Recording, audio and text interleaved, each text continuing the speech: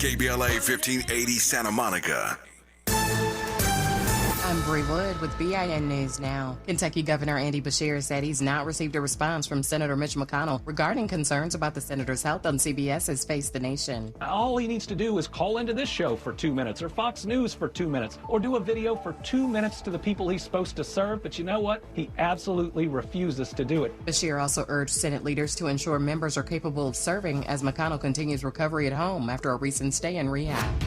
A federal judge has cleared the way for the Trump administration to end deportation protections for Somali nationals. The ruling could affect nearly 1,100 people, as the administration argues conditions in Somalia have improved, while advocates contend the country remains in a humanitarian crisis. And former Super Bowl MVP Von Miller is heading home to Texas. The veteran pass rusher has signed a one-year deal with the Dallas Cowboys after recording 9 sacks with Washington last season. Get BIN News Now on demand 24/7 on the iHeartRadio app. This is the KBLA Sports Minute with Ray Richardson. For Lakers fans worried about their potential new owner, Joshua Kushner, and his possible connection to Trump, I have some good news for you. Kushner brands himself as a lifelong Democrat. In an interview with Forbes magazine in 2017, the multi-billionaire said his liberal values have guided his life. Kushner has also funded the campaigns of many Democratic politicians. Unlike his brother Jared, who's married to Trump's daughter Ivanka, Joshua Kushner is not in bed with the Republican Party. Joshua Kushner and former Disney chairman Bob Iger have agreed to buy the Lakers for $12.5 billion. The purchase is not final until they get formal approval from the NBA Board of Governors in September. Tonight at 6 here on KBLA, it's Out of Bounds in prime time. Join me and my co-host Neil Scarborough for 60 minutes of sports chatter with some black folks flavor. No debates, no speculation, just the info you need. That's your KBLA Sports Minute. I'm Ray Richardson on KBLA Talk 1580. All I need is one mic. With a KBLA Talk 1580 editorial, I'm Deon Raymond, Justice Correspondent and host of the Justice Files. For years, LA City Councilman Curran Price has served his district. And for years, he's been under a legal cloud which, frankly, looks thinner every time it's tested in court. Last Friday, a Superior Court judge refused to throw out the corruption case against Price. That's true. But listen to what the judge actually said while doing it. Judge Larry Paul Fidler called this not a great case. Not our words, his. Price's attorney, standing right there in the courtroom, said it plainly. In denying our motion, the court acknowledged that this is not a great case. We agree. Now, that's not a ringing endorsement of a prosecution. That's a judge saying, essentially, there's just enough here to send it to a jury. Barely. The ruling itself says nothing about guilt. It's not proof of wrongdoing. What it is a low bar, cleared by a thin margin, on evidence the court itself has called circumstantial. Councilman Price has pleaded not guilty. He denies the allegations. And after 3 terms representing his district, he's term limited and on his way out of office, regardless of how this case ends. Which raises a fair question. What exactly is served? By dragging a longtime champion for working families in South Los Angeles through a trial that even the presiding judge doesn't sound confident about. We're not saying elected officials should not be held accountable. They should. But accountability means something different from a prosecution that struggles to convince the very judge overseeing it. Curran Price deserves his day in court, and he deserves the presumption of innocence any one of us would want for ourselves or a loved one, especially when the bench itself has doubts. With a KBLA Talk 1580 editorial, I'm Deon Raymond, Justice Correspondent and host of the Justice Files. As always, we welcome your feedback. First things first.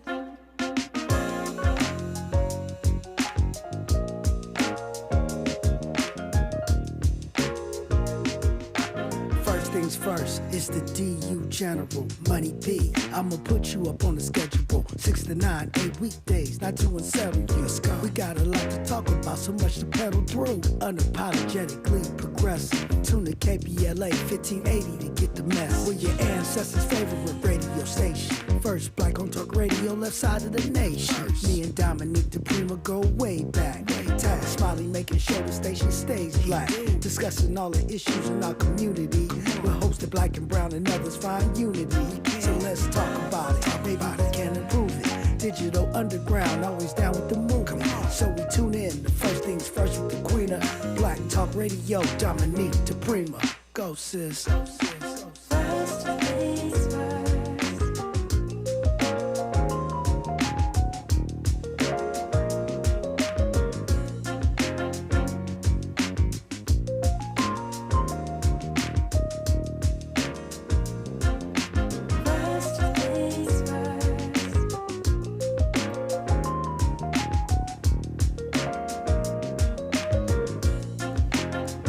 KBLA Talk 1580. Good morning, and God bless. I'm Dominique DiPrima. This show is called First Things First, and my first thing every day is prayer, giving thanks, giving praises, and asking for blessings from God, asking for the blessings of the ancestors and the elders, and let's go. We've got a lot going on right now and a lot to talk about. The way we do things on a Monday, we call them Mindful Mondays because we're getting it together, putting our mentality in place for the week to come. Hour 1, we look local. Hour 2, we go national, international, and beyond. But we kick off the hour with mindfulness, with a guided meditation and affirmation and an astrological outlook at the hands of meditation instructor, yoga teacher, and astrologer Sahara Ali. And then in the third hour, we do a deep dive with a hot topic, a person or persons of interest. We did our Messy Monday early this month, but we're just going to keep it a little tiny bit messy. Del Harrison joins me, or not, or very, very, very unmessy. Comedian Del Harrison joins me in studio, and we're talking our topic, Hour 3, celibacy. A lot of people are choosing it. Some are doing it involuntarily. We'll talk about it. So as you know, every hour you are welcome in at 800-920-1580. 800-920-1580. You're always welcome in the YouTube chat. We stream there. The comments section features some great commentary from our KBLA delegation. We stream on Facebook. And so you can tap in. If you missed a show, you can find it on YouTube. You can find it wherever you get your pods. I want to say happy birthday to Marcus Garvey. Today is his birthday. And joining me in hour 1, who could it be?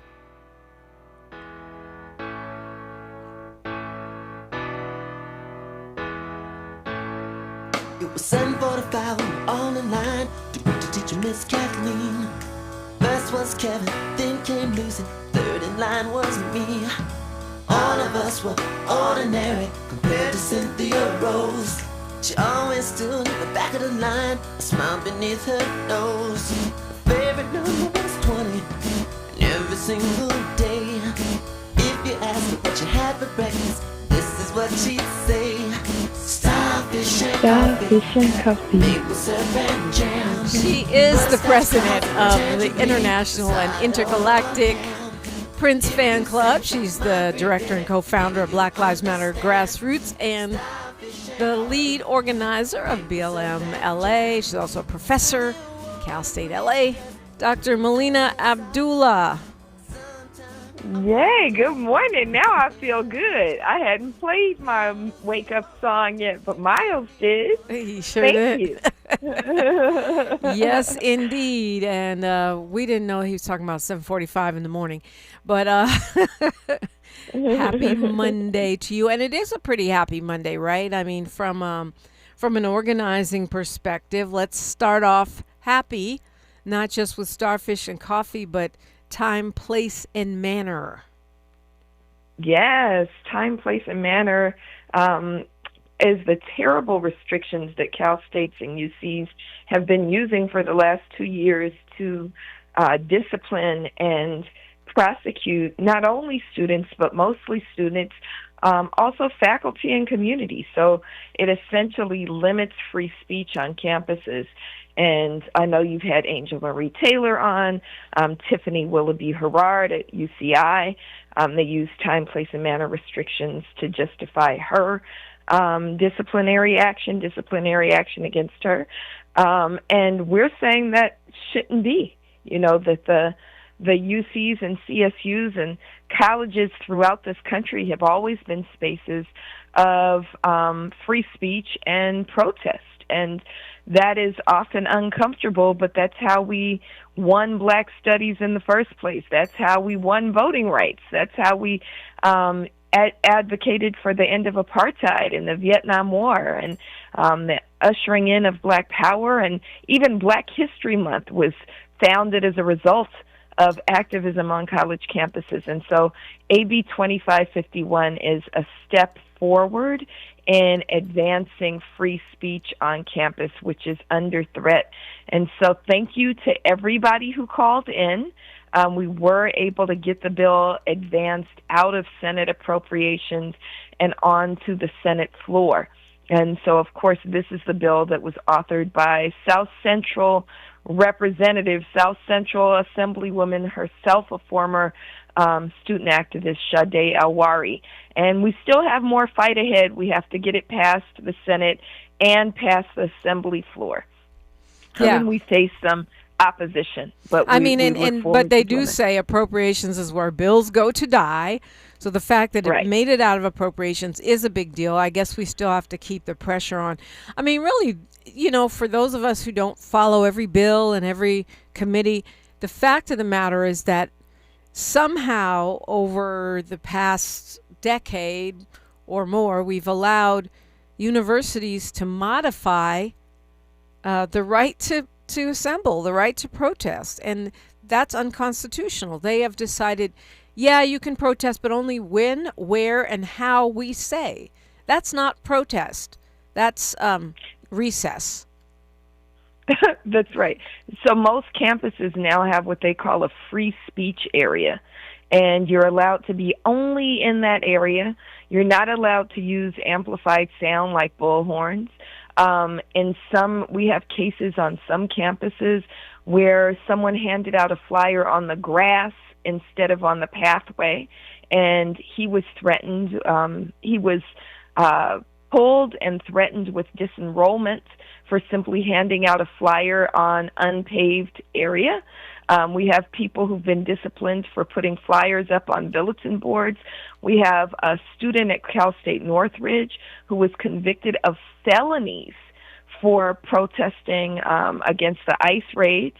And so this is stuff that we are not going to allow to happen, and we're going to advance free speech. Protest is not meant to make everybody comfortable. It's meant to challenge. No doubt. And I do want to say, it's great that it's out of committee. And of course, you'll let us know when the next wave of calls and emails are needed. I do want to say that it's really been wonderful to watch Assemblymember Jaque Raybin. When she was running, I wasn't 100% sure. And then after talking to her for a number of different times, I went ahead and supported her. And I feel like she has something I'm no longer allowed to do, apparently, on the air. I can do it off the air. But she's really done an amazing job. So far, so good, I'd say.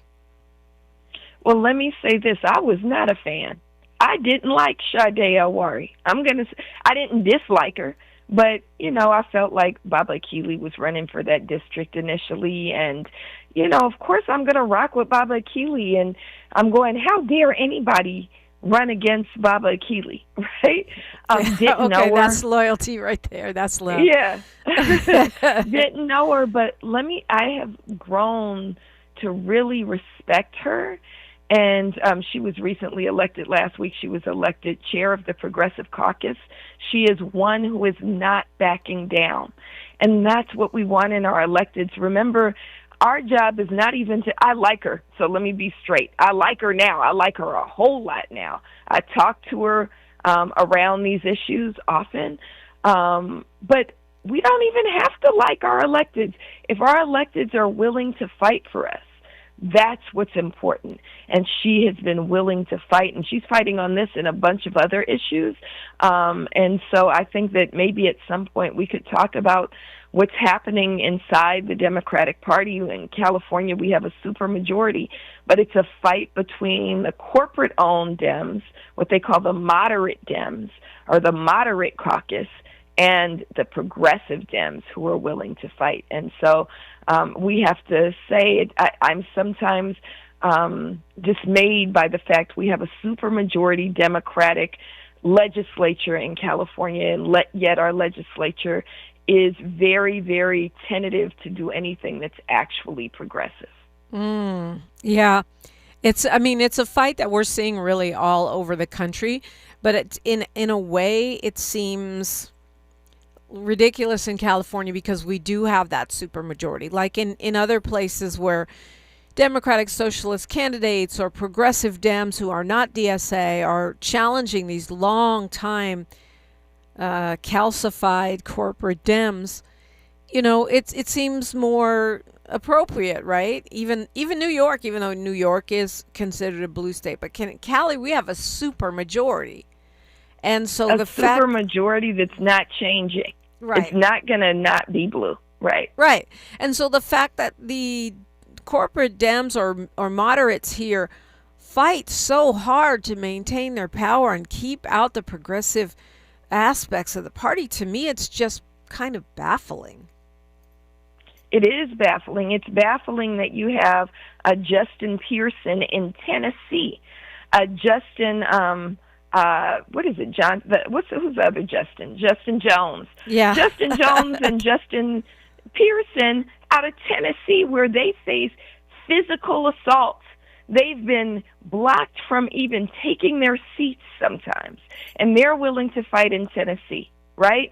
But we don't have that same level of fight or more fight in California. And so when we have fighters like Sade Awari, we have to surround them and encourage them, and then we have to push the others along and say there's no reason that you have to be a moderate Democrat in a state like California. We can pass everything we want. We can pass Medicare for all or Medi-Cal for all here in California. Why are we not passing universal health care? Why are we not passing a billionaire's tax? Why are we allowing there to even be conversation about voter restrictions in California, which is something we have to be aware of, So let's encourage the progressive Dems, and really grateful to Sade Awari for authoring AB 2551, and we'll all need to be called to action to get it through. No doubt. By encourage, we mean push. Dr. Melina Abdullah is my guest. You're welcome in at 800-920-1580. I'm Dominique DiPrima, and this is KBLA Talk 1580. She's reclaiming her time on KBLA Talk 1580. More First Things First with Dominique DiPrima when we come forward. The KBLA 1580 app puts the realest conversations right in your pocket. Stream live wherever you are in the world. No static. No searching the dial. A crystal clear connection 24/7. Exactly when you want it. We recommend that you keep automatic updates enabled. Set it and forget it. So the app stays up to date with store requirements, bug fixes, and new features as we roll them out. Download the KBLA 1580 app today and stay plugged into the conversation everyone's having. The best time to recommit to your gut health goals? Right now. Take charge of your gut with Nature Made. Our clinically studied ingredients support digestive health. Digestive enzymes break down nutrients. Probiotic and prebiotic fiber nourish good gut bacteria. And super greens with probiotics empower daily digestive health. Try the full lineup of gut health support from Nature Made, the #1 pharmacist-recommended vitamin and supplement brand. These statements have not been evaluated by the Food and Drug Administration. These products are not intended to diagnose, treat, cure, or prevent any disease. Small businesses are the heart of America. But you don't have to go it alone. As the nation's largest nonprofit resource of expert business mentoring, SCORE has helped millions of entrepreneurs build their businesses for free. Get the connections, education, and guidance you need with SCORE. We're ready to help. Find a mentor today at score.org.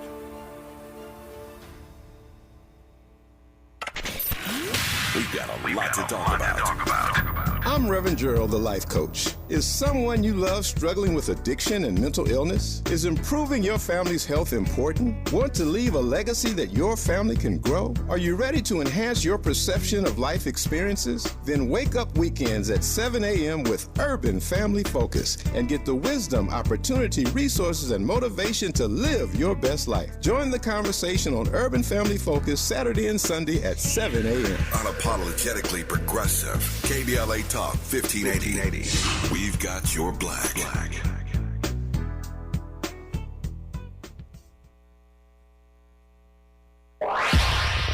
Follow the leader. KBLA Talk 1580. Follow the leader. If you're not following KBLA Talk 1580 on all of our socials, then you're missing out. Download our app and find us on Facebook, Twitter, Instagram, YouTube, and on the web at KBLA 1580. That's right. Again, you can find all of our socials at KBLA 1580. We've got a lot to talk about. By the way, if you miss any of our weekday shows in real time, you can always catch up by checking out the podcast of your favorite shows at your leisure. At KBLA Talk 1580, we've got your black. Got your black. Follow the leader. Oh my God. Follow the leader. Follow the leader. Follow the leader. Follow the leader. Your ancestors' favorite radio station, and your favorite morning show host. Let's get back to Dominique DiPrima right now. Right now, you're back to me. You're back to Dr. Melina Abdullah. And before we run out of time, and I know that sounds crazy because it's only 20 minutes after the hour, but time flies on the radio, as you well know. What do you got going this week? I know Wednesday is the weekly protest at, what you call the Hall of Injustice. So talk about that and what else is up this week.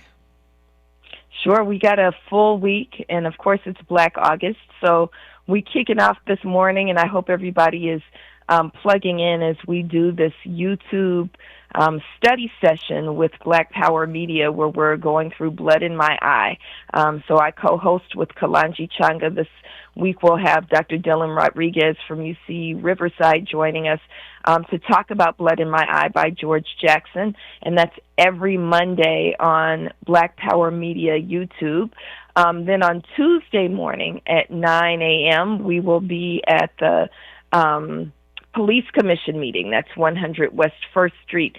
We have to remember when we talk about that whistleblower, and you've never ever heard me shout out a cop, but Daniel Flores did the right thing in telling on the racism and sexism and homophobia inside LAPD.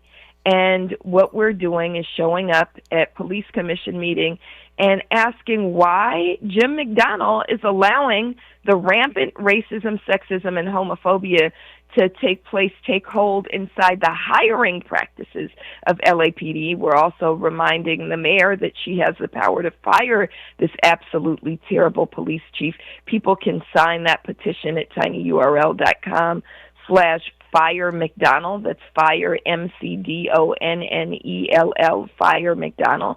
And we're showing up Tuesday morning, 9 a.m., 100 West 1st Street to make that demand.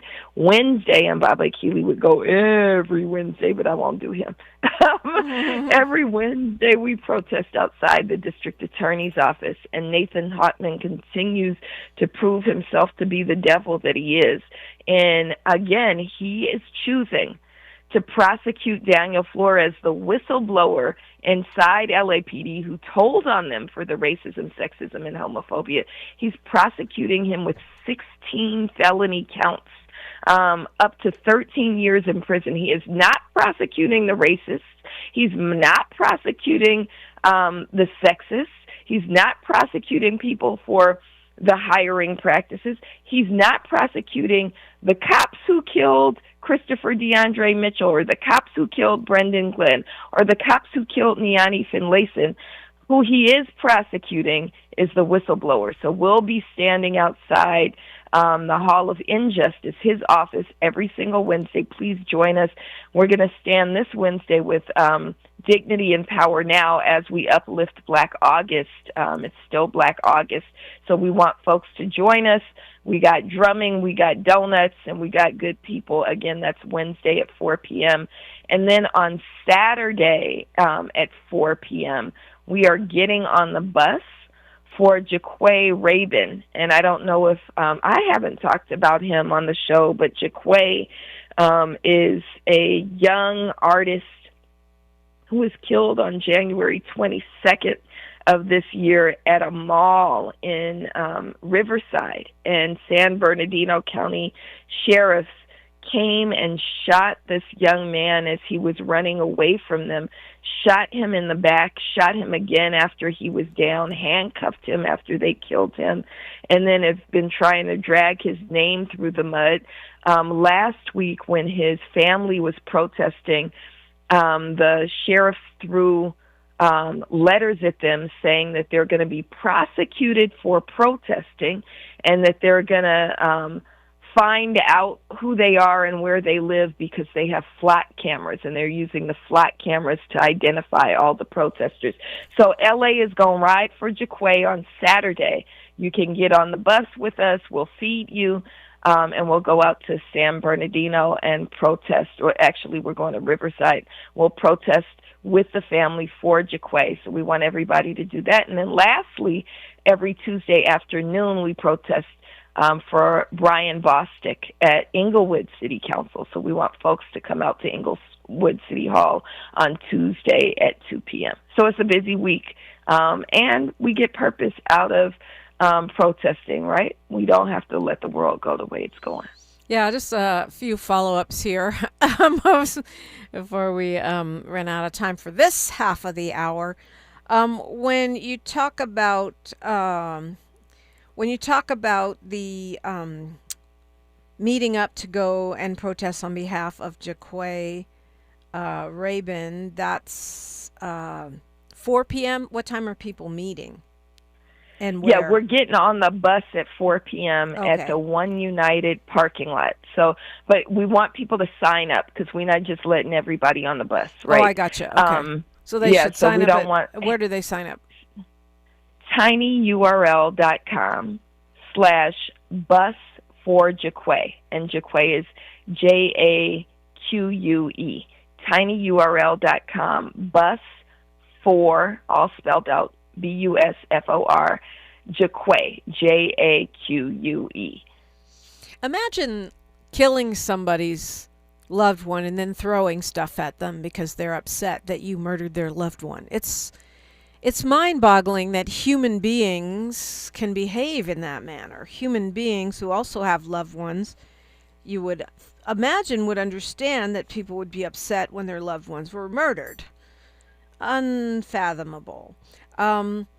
And just to be clear, when you talk about the whistleblower, you're referring to the case where an LAPD officer recorded other officers who are supposed to be in charge of recruitment, hundreds of recordings of them saying racist, sexist, homophobic, misogynistic things, turned them over in hopes that those folks would be prosecuted, and instead our district attorney decided to prosecute the cop. And to me, this is a perfect example. People who think it's just bad apples, which I'm not one of. I think, the whole system is the problem. But nevertheless, if you think that, and we wonder why the so-called good cops are not doing the right thing, case in point. I mean, here you go. The guy tries to turn in, the people in charge of recruitment who are racist, sexist, and misogynist, and he's facing 13 years in jail. In prison. That's right. That's right. And with Nathan Hochman, because we got to put it on, who does the buck stop with? The buck stops with Nathan Hochman and the police chief. The police chief knew this was happening. The police chief has absolutely fostered and created an environment where rampant racism, sexism, and homophobia are the norm inside LAPD. And so Jim McDonnell must go. But Nathan Hochman we also have to remember what it is he's trying to do. He is trying to not only harm Daniel Flores, harm the cop who dared tell on other cops, but what he's saying is if any cop doesn't respect the so-called blue wall of silence, then they will be imprisoned. Right. That is crazy, and that is so dangerous to Angelino. So we have to say, nah, it's not going to go down like that. And, you know, again, I don't shout out cops ever, but Daniel Flores did the right thing, and we are appreciative of that act. And we have to say, no, that's not the cop that needs to be prosecuted. The cops that need to be prosecuted are the ones that kill our people and the ones who are racist, sexist, and homophobic and caught on tape, for sure. Jerry Anderson 7772 says LAPD goes to the mat protecting their killers, but this one's different. Yes, indeed it is, and I think that difference is oh so telling. Dr. Melina Abdullah is my guest. We've got news, traffic, and sports here, and then more. You're invited in at 800-920-1580. I'm Dominique DiPrima, and you know where you're at. More of First Things First with Dominique DiPrima when we come forward. I'm Bree Wood with BIN News Now. Florida Governor Ron DeSantis is weighing in on a closely watched Republican primary race involving Congressman Corey Mills. I have not endorsed Corey Mills, and I do not support Corey Mills. Mills, who is a Republican, is seeking another term while facing a House Ethics Committee investigation and is battling to retain support. Virginia's Shenandoah County School Board plans to appeal a federal judge's order requiring the removal of Confederate names from several schools. The board says the ruling oversteps local authority, while the court found the names violate civil rights protections. And the Congressional Black Caucus is urging the Justice Department to conduct an independent review into the death of Black 18-year-old Nolan Wells. Lawmakers join Wells' family, attorney Ben Crump, and civil rights leaders in calling for possible federal and civil rights investigations as questions about the case remain unanswered. Get BIN News Now on demand 24/7 on the iHeartRadio app. Think It Up is an initiative to activate student-powered, teacher-led learning projects. Students and teachers, how can you spark great learning experiences in your classrooms today? Join at thinkitup.org. Is this the tether? This is the KBLA Sports Minute with Ray Richardson. It might be time to sound the alarm for the Dodgers. They lost 3 out of 4 games at home over the weekend to the Milwaukee Brewers. Their 6-2 loss Sunday dropped them 3 games behind Milwaukee for the best record in Major League Baseball and a half game behind the Atlanta Braves. Milwaukee has the tiebreaker advantage over the Dodgers if they end up tied at the end of the regular season. That means the Dodgers would not have home field advantage if they meet up with Milwaukee in the playoffs. And if the Dodgers don't straighten up, they could be playing in the wild card round. The Dodgers are 13-18 since they had MLB's best record at 61-33 on July 10th. They're 5-11 in their last 16 games and 9-13 since they hung out with Trump at the White House on July 23rd. The Dodgers are not playing like a team that has visions of winning a 3rd straight World Series. No debates, no speculation, just the info you need. That's your KBLA Sports Minute. I'm Ray Richardson on KBLA Talk 1580. All I need is one mic. With a KBLA Talk 1580 editorial, I'm Tavis Smiley. My big mama used to say that there are 24 hours in a day, 12 hours to mind your business, and 12 hours to leave other folks' business alone. So, let's talk about our business, Crenshaw Business. For over 5 years now, the good people of the Crenshaw Corridor have lived in a gated community, but not by choice. Gates, fences, barricades, limited street access, closed lots, and then some. By now, you've heard the stories from the folk who've lived this nightmare. Business owners have lost customers. A charter school lost students. A veterinarian lost clients. Churches have lost members. And still, Procrastination Crenshaw sits unfinished. And when I say sits unfinished, I mean sits unfinished. Nobody was seduced by the Jedi mind trick they tried to play when they ran that headline on the front page of a local black newspaper about the project restarting in weeks. I mean, come see for yourself. The only trucks on Crenshaw are deconstruction trucks. It took a minute, But to her credit, LA Mayor Karen Bass showed up, and she's leaning in on getting our parking back. But think about this for just a second. LA is not Chocolate City, and yet we are blessed to have a black mayor and a black city council president. But where is the black city council president? Where is Marquise Harris Dawson? This is his project in his district, but he has been strangely quiet. Did you notice in the recent Los Angeles Times story about Procrastination Crenshaw that neither Marquise Harris Dawson nor Destination Crenshaw had a word to say on the record? The silence was deafening. When people ask me why the silence, all I can say is, good question. As a reminder, the Crenshaw Corridor community sent him a letter, and it laid out real demands: a public timeline, relief for the businesses that have suffered, and an audit. At the moment, the last one matters most, the audit. Here's the thing, the foundation money, the private donations, that's their business. But this project is also funded by city money, state money, and federal money. I refer you back to the front page story in that black newspaper where they all talked about this. Go read it again.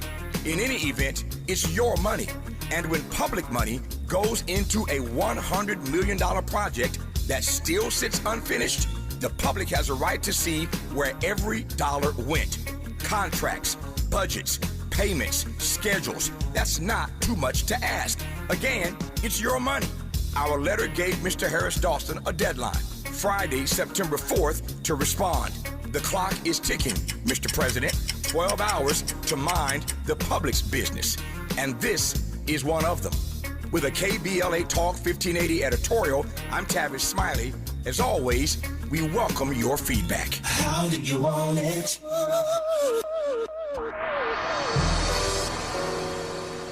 Ooh-wee, Fridays just got better. What's up? I'm Amanda Seals, and this is your invitation to come and sit with me. Yes, get seated as I do my thing on KBLA Talk 1580.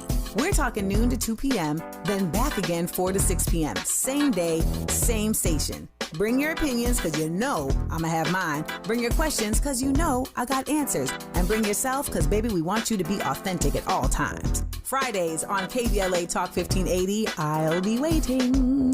Join me. Thanks for waking up with Dominique DiPrima on KBLA Talk 1580. Waking up with me. You're also waking up with Dr. Melina Abdullah. If you got something to say, 800-920-1580, or hop into the comments on YouTube at KBLA 1580. Kwamel says these police forces and unions want no Serpicos. They want the double standard squad. And you know, it's not surprising to me that this goes on, but it is surprising to me that DA Nathan Hochman would want to be so blatant about it. And I have been pleasantly surprised at the pushback that I'm seeing, not just from black media in this case, but even from some in the mainstream media going, what the what? You know, you decided to prosecute who? For what? Has the chief commented on this, Dr. Melina Abdullah? Because I haven't seen anything. No, he has not. And he's justified it. When it was raised inside the LA Police Commission meeting, he justified it. And we got to remember Daniel Flores tried to sound the alarm before he even started doing the recordings. The recordings are because they were like, you have no proof. And so he recorded in order to give the proof to the higher-ups, to Internal Affairs, to the Police Commission, and then he was prosecuted for doing what needed to be done. We also question, why is Nathan Hochman prosecuted? Even if he was going to prosecute, he has the absolute discretion to, one, either not prosecute, which he shouldn't have. He should have been prosecuting the hiring practices, those that were engaging in racism, right? Why is he prosecuting in the first place? But also, you know, if you were going to prosecute in this case, why would you prosecute as a felony if you're not simply trying to show whose side you're on and trying to silence anybody who dares to speak out against racism within and what, to be clear, what the cop is being, the whistleblower, prosecuted for is because it's illegal to record someone without their knowledge. So priorities, and the DA has made a big to-do of saying, well, we just can't go around recording people without their knowledge. Oh, but it's okay to go around making sexist, racist, homophobic comments when you're in charge of who gets to be on the police force. Make it make sense. Well, let me just add one quick thing, too. Mm-hmm. It's questionable. I'm not an attorney, but it's questionable whether that would even apply, because there is an exception to that two-party consent policy or two-party consent law. When you're conducting an investigation, right, you are allowed to record without consent. And was this not an investigation? So I would argue this should not even be prosecutable at all. And I think that's the direction, the stance that Daniel Flores' attorneys are taking as well, that he was forced to record because he had to investigate this.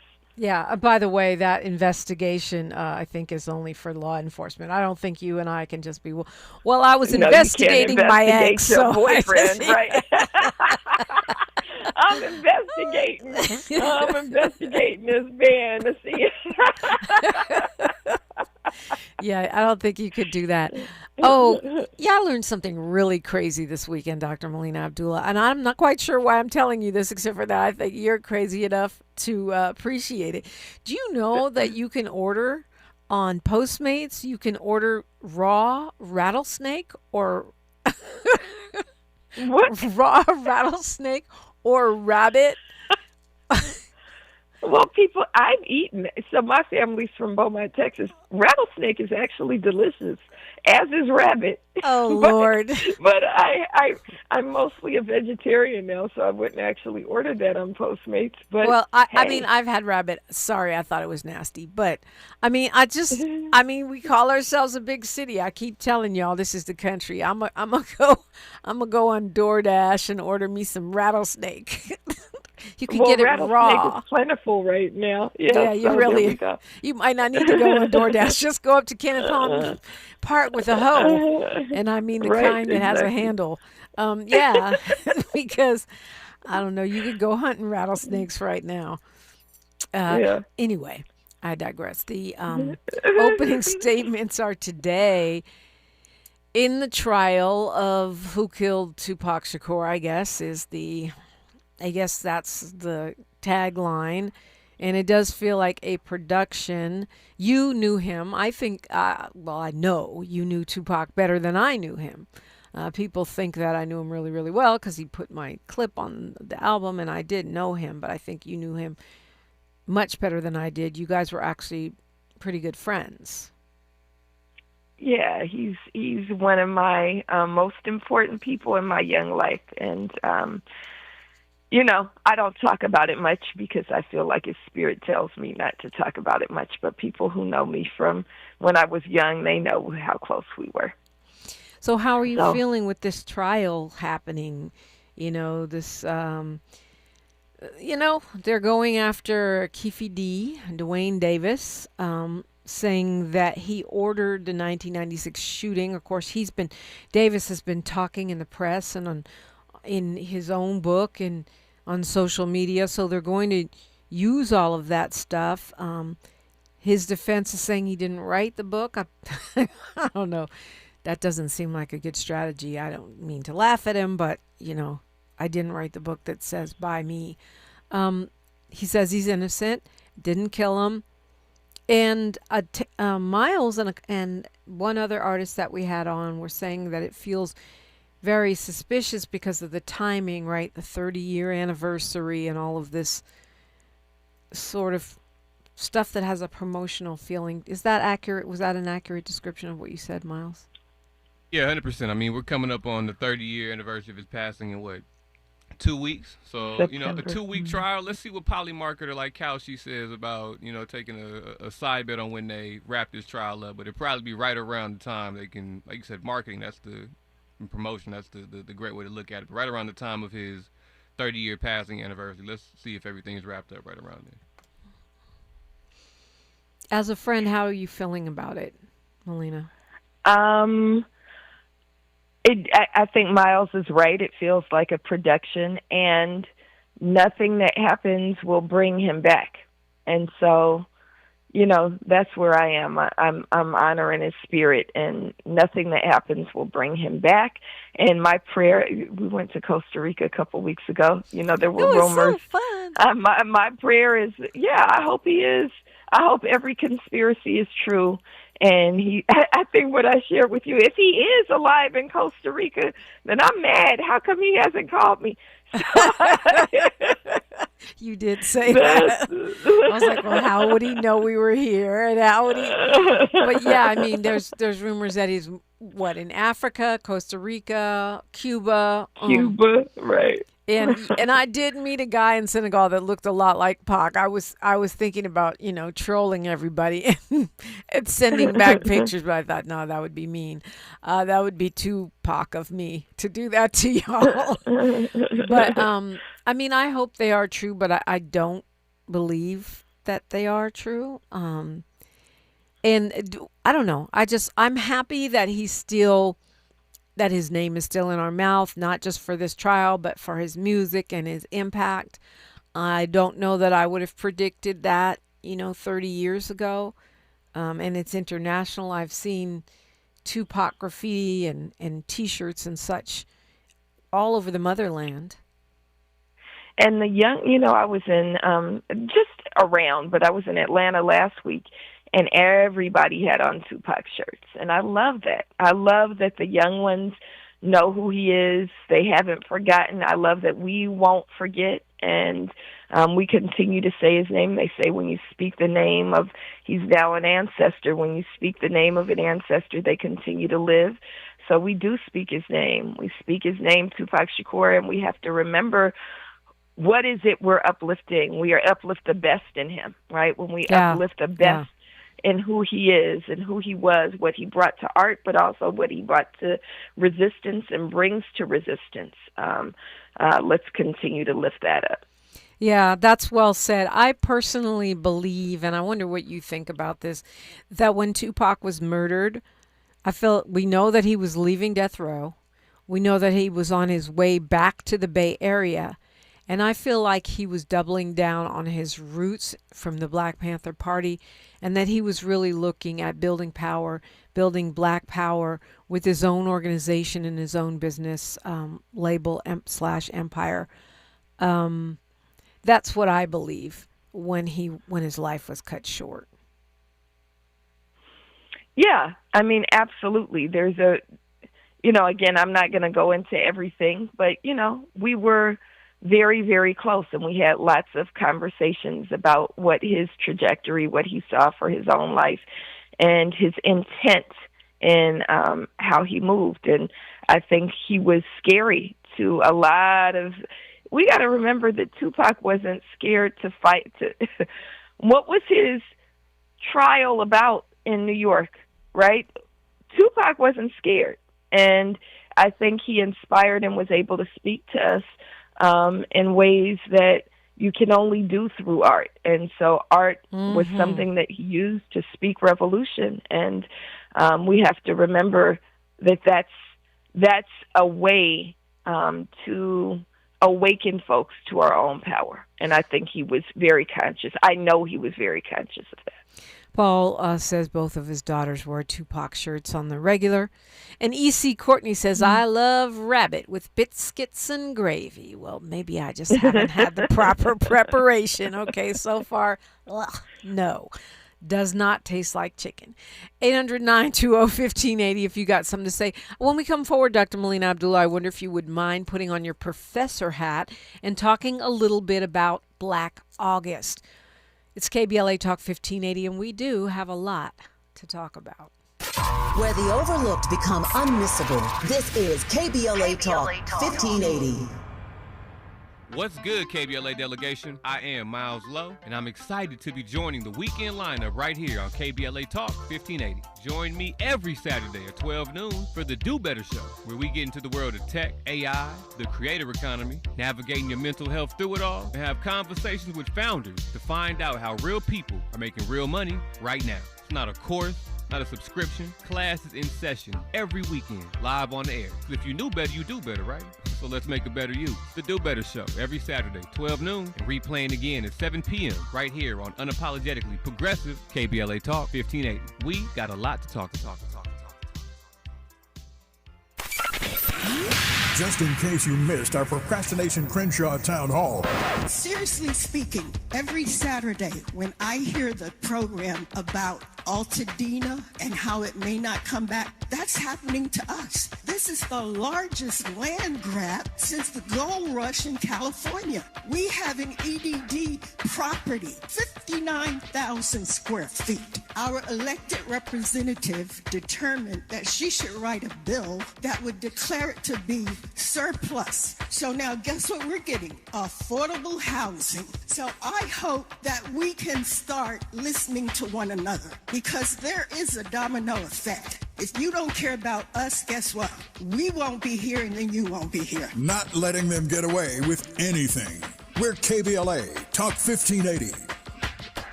KBLA Talk 1580. We've got a lot to talk about.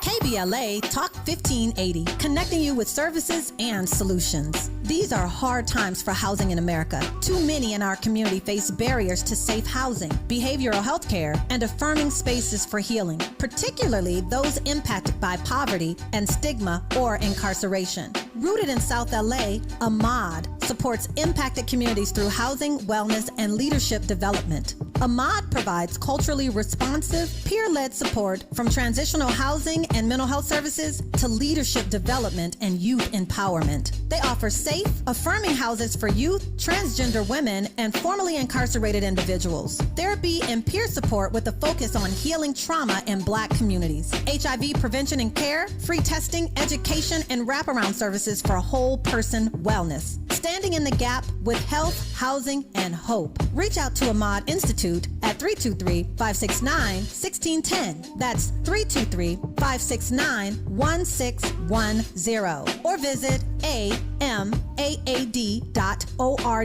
This is a community call to action from KBLA Talk 1580. This summer, the honey pepper pimento chicken sandwich and pineapple dragon fruit and Sprite are back at Chick-fil-A. Let me tell you about the pineapple dragon fruit and Sprite. It's bright, it's bubbly, it's back. The honey pepper pimento chicken sandwich, it's so rich, and you can choose between the original or the spicy filet. Ooh, boy. And then you got those pickled jalapenos tucked right under the filet, and then just to top it all off, you've got a little honey drizzle right on top. Okay, now I'm a pimento fan. And I'm feeling the dragon fruit. Which fan favorite will you choose? Real customers paid for their testimonials. We knew you'd stick around. This is LA's home for Progressive Talk Radio. Welcome back to KBLA Talk 1580. Welcome back indeed. And Dr. Melina Abdullah, the request has come in a couple times for someone to speak on Black August. We probably should have a whole show about it, but I thought you could at least give us the Cliff's Notes version of what Black August is all about. Sure. So we want to absolutely lift up the courageous brothers inside of our California prison system, inside of their California prison system, and know that the California, our California folks, we always give credit to other places, but we got to remember what was founded here. The Black Power movement was founded in California. Black Lives Matter was founded in California, and the prisoners movement took root in California. So Comrade George Jackson, who's also from California, Pasadena is where they settled, the Jackson family settled, and George Jackson was just 16 years old when the eyes of the state were set upon him, and then finally at 18 years old he was imprisoned for allegedly stealing $70 from a gas station. They sentenced him 1 year to life in prison. and, of course, held him after he became more politicized. He started reading Kwame Ture, Black Power. He started reading Frantz Fanon and Marx and Lenin and Mao Zedong, and became a member of the Black Panther Party inside, and he was ultimately assassinated inside of San Quentin on August 21st, 1971. Well, it wasn't just him by himself who was politicized and political inside of the prisons, right? There was a whole growing group of imprisoned folks who were standing up and organizing themselves. And we know about the Soledad brothers. We know about the way in which they were pushing back against abuse inside the prisons. And Comrade Jitu Siddiqui, who many in the KBLA delegation know as our dear friend and comrade and passed a couple years ago, he was one of the founders of something called Black August, which is about fighting for our political prisoners, specifically using the month of August to fight for our political prisoners. And we do that by fasting in the way that you do a Ramadan fast, so no food or water from sunup to sundown, or some of us do modified fasts, like being more conscious of what you take into your body and into your spirit. You fast, you study, we train, and we fight. We fast, we study, we train, and we fight. So study is feeding our minds, feeding our intellect. And every year we do a Black August read of Blood in My Eye, which is the book that was authored by Comrade George Jackson just weeks before he was assassinated on the prison yard. And in that book, he talks about how we fight back. He talks about the concept of guerrilla warfare. How do we fight back against a state that's much more armed, much better equipped than we are, and it's really the will of the people. So everybody can read along with us. Blood in My Eye, you can pick it up from any Black-owned bookstore. I know that Reparations Book Club on Jefferson and Victoria has copies, so you can go there, pick up Blood in My Eye. It's a really important read, and you can read along with Kalanji Changa and me every Monday, and that's up on YouTube, on Black Power Media YouTube. And then we train by keeping our bodies strong, and we fight by refusing to submit to a system that wants to kill us. Well. Speaking of the system that wants to kill us, I wondered if you want to make a comment about Jason Arday. He was a scholar from Cambridge University, young man, 40, who pretty young to be at Cambridge. He resigned because they were saying that he did plagiarism, and there were some questions about his credentials. The UK press did what the UK press does. It was something like 149 articles about him within a couple of weeks, and it looks like he took his own life. A lot of people are, calling this out and saying the penalty for, even if he did plagiarism, should not be, being hounded to death. The right is taking it as a symbol of anti-DEI, that he wasn't qualified for his position. What are your thoughts on it? Yeah, I mean, that's tragic, and we should also be outraged, right? Not just for him, but when we look at how Black folks inside of academia are treated. Who is a sister who also suicided? She was a DEI vice president, and she was treated terribly, and she suicided a couple years ago. I forgot her name. I'll have to look it up. But this was here in the U.S., right? And we see this happening all over. We see the ways in which people who are doing righteous work are dragged by their universities. And I want to lift up my friend. The case I know the best is Tiffany Willoughby Herard at UC Irvine, who we want to make sure the delegation doesn't forget her. When students were protesting for a free Palestine and police came in to beat the students, she did what a righteous professor should do, and she put her body in the way, and she was arrested, and she said to the reporters, how can I have a career when my students don't have a future? She was brutally beaten. And now the UC system and UC Irvine has chosen to suspend this single black mother without pay and without health care, even though the system went through and said she didn't really do anything wrong. The administrators, the white administrators, said that she did. And so this is the way that university systems that are also white supremacists treat especially outspoken black faculty members, because when we get our students, we deepen their intellectual, we explore with them so that we can equip them with intellectual tools that help them to be revolutionary. I think you're talking about Antoinette Candia Bailey. Is that who you're talking about? That's her. Yeah. Yes. From Lincoln. Candia Bailey. Yeah. Yes. Yes. Yes. Yeah, that was at Lincoln University.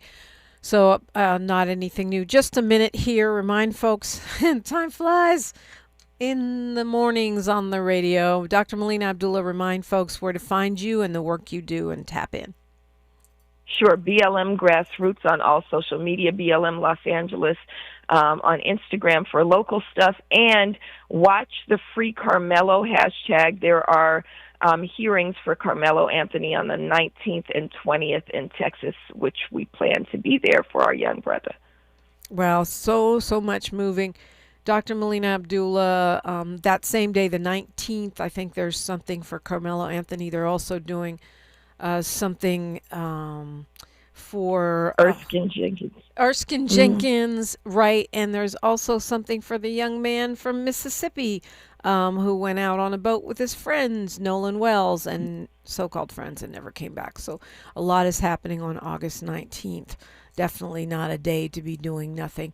Dr. Melina Abdullah, thank you for all the work that you do, and thanks for joining this morning. Thank you, Sister Dominique. Appreciate you. It is time to get our heads on right, to get our intentions in alignment. Sahara Ali, the yoga instructor, meditation teacher, and astrologer, joins us next after news, traffic, and sports, only right here. KBLA 1580 Santa Monica. I'm Bree Wood with BIN News Now. Florida Governor Ron DeSantis is weighing in on a closely watched Republican primary race involving Congressman Corey Mills. I have not endorsed Corey Mills, and I do not support Corey Mills. Mills, who is a Republican, is seeking another term while facing